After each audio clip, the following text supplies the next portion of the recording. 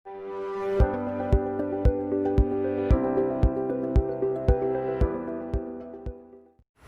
friends, നമ്മൾ കഴിഞ്ഞ വീഡിയോയിൽ സബ്ഷെൽ ഇലക്ട്രോൺ വിന്യാസം എഴുതുന്നത് എങ്ങനെ എന്ന് പഠിച്ചു. അതിനുശേഷം 1 മുതൽ 30 വരെയുള്ള മൂലകങ്ങളുടെ ഹൈഡ്രജൻ മുതൽ സിങ്ക് വരെയുള്ള മൂലകങ്ങളുടെ സബ്ഷെൽ ഇലക്ട്രോൺ വിന്യാസം എഴുതി നോക്കാൻ പറഞ്ഞിരുന്നു. എല്ലാവരും എഴുതിയിട്ടുണ്ടാവും എന്ന് വിചാരിക്കുന്നു. ഓക്കെ, അതിൽ നമുക്ക് വലിയ ആറ്റോമിക് നമ്പറുള്ള മൂലകങ്ങളുടെ സബ്ഷെൽ ഇലക്ട്രോൺ വിന്യാസം എഴുതുമ്പോൾ കുറച്ച് പ്രയാസമായിട്ട് തോന്നിയിട്ടുണ്ടാവും, അല്ലെങ്കിൽ കുറച്ച് കൂടുതൽ ഇങ്ങനെ എഴുതേണ്ടതായിട്ട് തോന്നിയിട്ടുണ്ടാവും. അപ്പോൾ ഈ ഒരു സബ്ഷെൽ ഇലക്ട്രോൺ വിന്യാസത്തെ ചുരുക്കി എഴുതാനാണ് നമ്മൾ ഇന്ന് പഠിക്കുന്നത്. ശ്രദ്ധിക്കാം, ഇവിടെ ഒരു ടേബിൾ കൊടുത്തിട്ടുണ്ട്. മൂലകം, സബ്ഷെൽ ഇലക്ട്രോൺ വിന്യാസം, ചുരുക്കിയ രൂപം. ഒരു സബ്ഷെൽ ഇലക്ട്രോൺ വിന്യാസം എങ്ങനെ ചുരുക്കി എഴുതാം, അതാണ് നമ്മൾ ഇന്ന് ഈ വീഡിയോയിൽ ഡിസ്കസ് ചെയ്യുന്നത്. ഓക്കെ, ഒന്നാമത്തെ നോക്കുക, ഹീലിയം. ഹീലിയത്തിൻ്റെ ആറ്റോമിക് നമ്പർ 2 ആണ്. അതുകൊണ്ട് തന്നെ ഹീലിയത്തിൻ്റെ സബ്ഷെൽ ഇലക്ട്രോൺ വിന്യാസം 1s2 ആണ്. ഓക്കെ, ഹീലിയത്തിന് ചുരുക്കി എഴുതേണ്ട ആവശ്യമില്ല. രണ്ടാമത്തത് കാർബൺ. ആറ്റോമിക് നമ്പർ 6 ആണ്. സബ്ഷെൽ ഇലക്ട്രോൺ വിന്യാസം വരിക 1s2 2s2 2p2. നമ്മൾ ഈ ഒരു സബ്ഷെൽ ഇലക്ട്രോൺ വിന്യാസം ചുരുക്കി എഴുതുന്നത് ആ മൂലകത്തിൻ്റെ തൊട്ടു മുന്നിലുള്ള ഉത്കൃഷ്ട മൂലകം, നോബിൾ ഗ്യാസ് ഏതാണോ അതിൻ്റെ സബ്ഷെൽ ഇലക്ട്രോൺ വിന്യാസത്തിന് ശേഷമുള്ളത് എഴുതുകയാണ് ചെയ്യുക.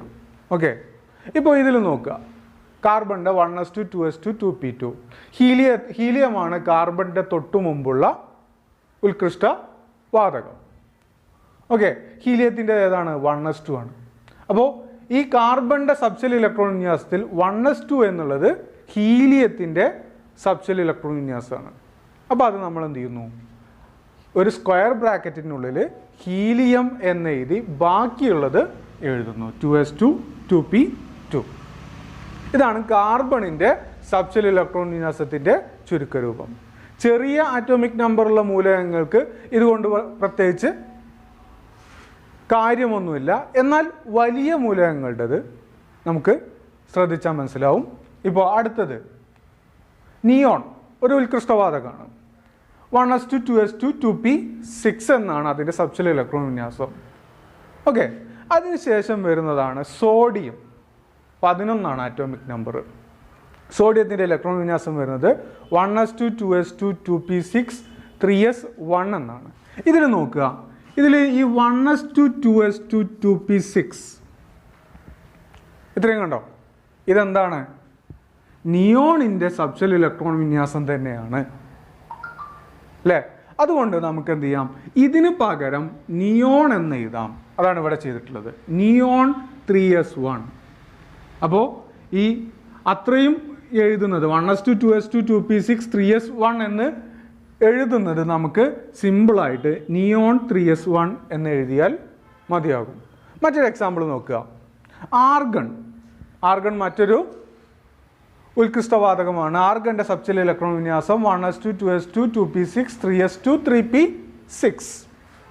ഓക്കെ, ആർഗണിന് ശേഷം വരുന്ന മറ്റൊരു മൂലകമാണ് കാൽഷ്യം. ആറ്റോമിക് നമ്പർ 20 ആണ്.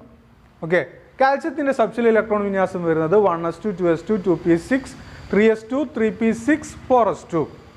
ഓക്കെ, അതിൽ 1s2 മുതൽ 3p6 വരെയുള്ളത് ആർഗണിൻ്റെ ഇലക്ട്രോൺ വിന്യാസമാണ്. അതുകൊണ്ട് നമുക്ക് എന്ത് ചെയ്യാം, ഈ ഇത്രയും എഴുതുന്നതിന് പകരം അവിടെ ആർഗൺ എന്ന് എഴുതാം. ഒരു സ്ക്വയർ ബ്രാക്കറ്റിൻ്റെ ഉള്ളിൽ ആർഗൺ 4s2. ഇങ്ങനെയാണ് നമ്മൾ ഈ ഒരു സബ്ഷെൽ ഇലക്ട്രോൺ വിന്യാസം, വളരെ ലെങ്തി ആയിട്ടുള്ള നീളമുള്ള സബ്ഷെൽ ഇലക്ട്രോൺ വിന്യാസങ്ങൾ ചുരുക്കി എഴുതാൻ ഉപയോഗിക്കുന്ന രീതിയാണ് ഇപ്പോൾ വിശദീകരിച്ചത്. ആ മൂലകത്തിൻ്റെ തൊട്ടു മുമ്പിലുള്ള ഒരു ഉത്കൃഷ്ടവാതകം എടുക്കുന്നു, ആ ഉത്കൃഷ്ടവാതകത്തിന് ശേഷമുള്ളത് മാത്രം എഴുതുന്നു. ഉത്കൃഷ്ടവാതകത്തിൻ്റെത് നമ്മൾ സ്ക്വയർ ബ്രാക്കറ്റിൽ സിമ്പൽ എഴുതി വെക്കുകയും ചെയ്യുന്നു. ഇങ്ങനെയാണ് നീളമുള്ള സബ്ഷെൽ ഇലക്ട്രോൺ വിന്യാസങ്ങൾ ചുരുക്കി എഴുതുന്നത്. അടുത്ത് നമുക്ക് പഠിക്കാനുള്ളത് ക്രോമിയം, കോപ്പർ എന്നീ മൂലകങ്ങളുടെ സബ്ഷെൽ ഇലക്ട്രോൺ വിന്യാസത്തിലെ പ്രത്യേകതകളാണ് നമ്മൾ പഠിക്കാനുള്ളത്. നിങ്ങൾ 1 മുതൽ 30 വരെയുള്ള മൂലകങ്ങളുടെ സബ്ഷെൽ ഇലക്ട്രോൺ വിന്യാസം എഴുതിയപ്പോൾ ക്രോമിയത്തിൻ്റെ ഇലക്ട്രോൺ വിന്യാസം എഴുതിയിട്ടുണ്ടാകും. ക്രോമിയത്തിൻ്റെ atomic number 24 okay. 1s2, 2s2, 2p6, 3s2, 3p6, 3d4, 4s2. നമ്മൾ പഠിച്ച ഓർഡറിൽ നമ്മൾ ഊർജ്ജക്രമം പഠിച്ചിരുന്നു അല്ലേ?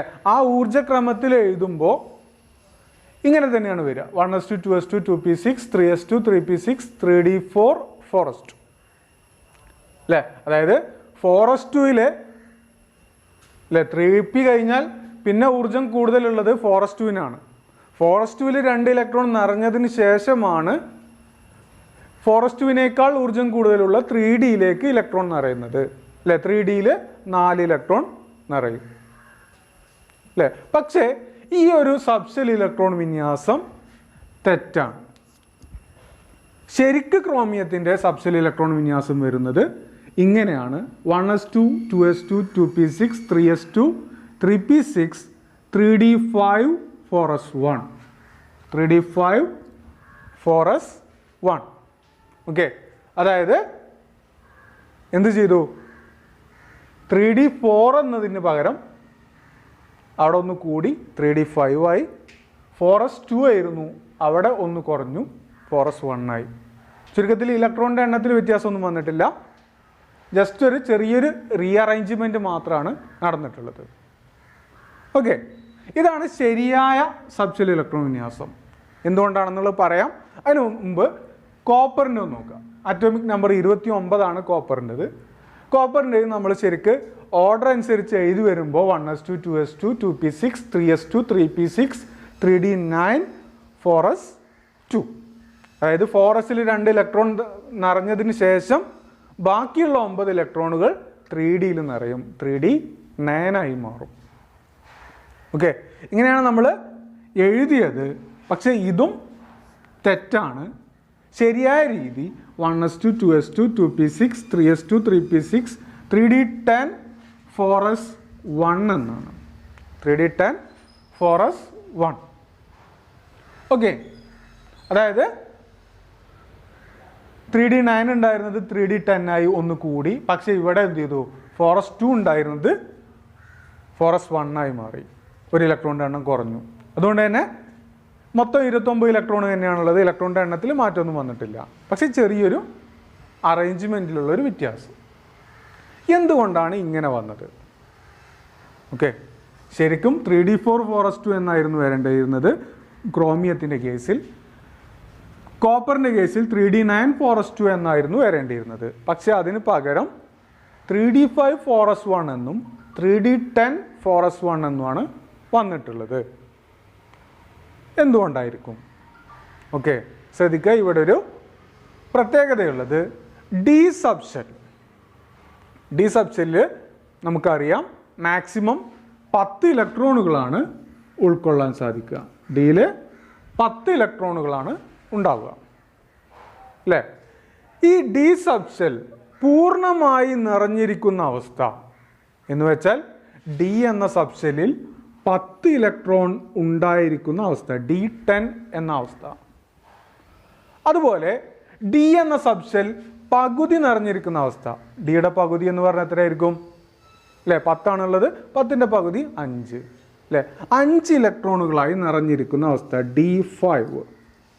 ഓക്കെ, D10 എന്ന അവസ്ഥയും D5 എന്ന അവസ്ഥയും സ്ഥിരത കൂടുതലുള്ള അവസ്ഥയാണ്. അതായത് ഒരു മൂലകത്തിൽ അതിൻ്റെ ഇലക്ട്രോൺ വിന്യാസത്തിൽ ഡി സബ്ഷെൽ പൂർണ്ണമായി നിറഞ്ഞിരിക്കുന്നതോ അല്ലെങ്കിൽ പകുതി നിറഞ്ഞിരിക്കുന്നതോ ആയിട്ടുള്ള അവസ്ഥ അതിന് സ്ഥിരത കൂടുതലായിരിക്കും. അതുകൊണ്ട് തന്നെ ആ ഒരു സ്ഥിരത കൈവരിക്കാൻ വേണ്ടി ചെറിയൊരു അഡ്ജസ്റ്റ്മെൻറ്റ് നടത്തുന്നതാണ് ക്രോമിയവും കോപ്പറും. ഓക്കെ, ഇപ്പോൾ ശ്രദ്ധിക്കുക. ഇവിടെ 3d4, 4s2 എന്നാണ് ശരിക്കും വരേണ്ടത്. 3d4 എന്നുള്ളത് 3d5 ആകാൻ ക്രോമിയത്തിന് ഒരു ഇലക്ട്രോൺ മതി. അങ്ങനെ 3d5 ആയിക്കഴിഞ്ഞാൽ 3d4 ആയി നിൽക്കുന്നതിനേക്കാൾ സ്റ്റെബിലിറ്റി, സ്ഥിരത ക്രോമിയത്തിന് കൂടുതലായിരിക്കും. സ്വാഭാവികമായിട്ട് സ്റ്റെബിലിറ്റി കൂടാനാണ് ഈ മൂലകങ്ങളെല്ലാം ശ്രമിച്ചു കൊണ്ടിരിക്കുന്നത്, അല്ലേ? അപ്പോൾ 3dയേക്കാൾ വളരെ കുറഞ്ഞ ഊർജം മാത്രമാണ് 4s2 കുറവുള്ളത്. അതുകൊണ്ട് തന്നെ 4s2 നിന്ന് അല്ലെങ്കിൽ 4s നിന്ന് 2 ഇലക്ട്രോൺ ഉണ്ട്, അതിൽ ഒരു ഇലക്ട്രോണിനെ 3d കടമായിട്ടെടുക്കുന്നു. ഓക്കെ, 4s നിന്നും 2 ഇലക്ട്രോൺ ഉണ്ട്, അതിൽ നിന്നും ഒരു ഇലക്ട്രോൺ 3dയിലേക്ക് എടുക്കുന്നു. അപ്പോൾ എന്താവും? 3dയിൽ 5 ഇലക്ട്രോൺ നിറഞ്ഞിരിക്കുന്ന അവസ്ഥയാവും, 4s 1. ഓക്കെ, അതുകൊണ്ട് തന്നെ 4s കാര്യമായിട്ട് നഷ്ടമൊന്നും ഉണ്ടാവില്ല. s ഒരു ഇലക്ട്രോൺ കുറഞ്ഞത് 4s കാര്യമായിട്ട് ബാധിക്കില്ല. പക്ഷേ 3dക്ക് ആ ഒരു ഇലക്ട്രോൺ കിട്ടിയത് കൊണ്ട് 3d4 എന്നുള്ളത് 3d5 ആയതുകൊണ്ട് അതിന് സ്ഥിരത വർദ്ധിക്കും. അതുകൊണ്ടാണ് ഈ ഒരു അറേഞ്ച്മെൻറ്റ് ഈ ഒരു ക്രോമിയത്തിൻ്റെ സബ്ഷെൽ ഇലക്ട്രോൺ വിന്യാസത്തിൽ വന്നത്. അതുപോലെ തന്നെ കോപ്പറിന് ഇപ്പോൾ ഉള്ളത് എന്താണ്? 3d9 4s2 എന്നാണ്. 3d9 4s2. അതിൽ ഈ 4s2 നിന്ന് 3dയും 4sഉം വളരെ അടുത്തടുത്ത് നിൽക്കുന്ന സബ്ഷെല്ലുകളാണ്. അവയുടെ ഊർജത്തിൽ വലിയ വ്യത്യാസമുണ്ട്, പക്ഷേ ചെറിയ വ്യത്യാസമാണുള്ളത്. അതുകൊണ്ട് തന്നെ അവർക്ക് പരസ്പരം എന്ത് ചെയ്യാൻ കഴിയും? ഇലക്ട്രോണുകളെ അങ്ങോട്ടും ഇങ്ങോട്ടും കൈമാറാൻ സാധിക്കും. അതുകൊണ്ട് തന്നെ 4s നിന്ന് 2 ഇലക്ട്രോൺ ഉണ്ട്, അതിലെ ഒരു ഇലക്ട്രോണിനെ 3dയിലേക്ക് കൈമാറും. അതോടുകൂടി 3dയിൽ 10 ഇലക്ട്രോണായി മാറും, 4s ഒരു ഇലക്ട്രോണും. 3dയിൽ 10 ഇലക്ട്രോൺ എന്ന് പറഞ്ഞാൽ d എന്ന സബ്ഷെൽ പൂർണ്ണമായും നിറഞ്ഞിരിക്കുന്ന അവസ്ഥയാണ്. അതോടുകൂടി കോപ്പറിന് സ്ഥിരത വർദ്ധിക്കും. അപ്പോൾ സ്ഥിരത കൈവരിക്കുന്നതിന് വേണ്ടിയാണ് ഈ ഒരു സബ്ഷെൽ ഇലക്ട്രോൺ വിന്യാസത്തിൽ ഇങ്ങനെ ഒരു മാറ്റം വരുത്തുന്നത്. ഒന്നുകൂടി പറയാം, ഡി സബ്ഷെൽ പൂർണ്ണമായി നിറഞ്ഞിരിക്കുന്ന അവസ്ഥയോ അഥവാ ഡി സബ്ഷെല്ലിൽ 10 ഇലക്ട്രോൺ ഉള്ള അവസ്ഥ, അതുപോലെ പകുതി നിറഞ്ഞിരിക്കുന്ന അവസ്ഥയോ എന്ന് വെച്ചാൽ ഡി സബ്ഷെല്ലിൽ 5 ഇലക്ട്രോൺ ഉള്ള അവസ്ഥ, ഇത് സ്ഥിരത കൂടിയ അവസ്ഥയാണ്. ഡി സബ്ഷെല്ലിൽ പകുതി നിറഞ്ഞിരിക്കുന്നതോ മുഴുവനായി നിറഞ്ഞിരിക്കുന്ന അവസ്ഥ സ്ഥിരത കൂടുതലാണ്. അതുകൊണ്ട് ആ സ്ഥിരത കൈവരിക്കാൻ വേണ്ടി ക്രോമിയവും കോപ്പറും അവയുടെ സബ്ഷെൽ ഇലക്ട്രോൺ വിന്യാസത്തിൽ അതിനനുസരിച്ചുള്ള ചില ക്രമീകരണങ്ങൾ വരുത്തുന്നു. അതുകൊണ്ട് കോപ്പറിൻ്റെയും ക്രോമിയത്തിൻ്റെയും സബ്ഷെൽ ഇലക്ട്രോൺ വിന്യാസം വ്യത്യസ്തമാണ്. മനസ്സിലായിട്ടുണ്ടാവുമെന്ന് വിചാരിക്കുന്നു. നമ്മൾ നേരത്തെ എഴുതിയ 1 മുതൽ 30 വരെയുള്ള മൂലകങ്ങളുടെ സബ്ഷെൽ ഇലക്ട്രോൺ വിന്യാസം എഴുതി വെക്കാൻ പറഞ്ഞിരുന്നു. ആ എഴുതി വെച്ചതിൽ ക്രോമിയത്തിൻ്റെയും കോപ്പറിൻ്റെയും സബ്ഷെൽ ഇലക്ട്രോൺ വിന്യാസം മാറ്റി ശരിയായ ഇലക്ട്രോൺ വിന്യാസം എഴുതുക. Okay, that's all today. Thank you friends.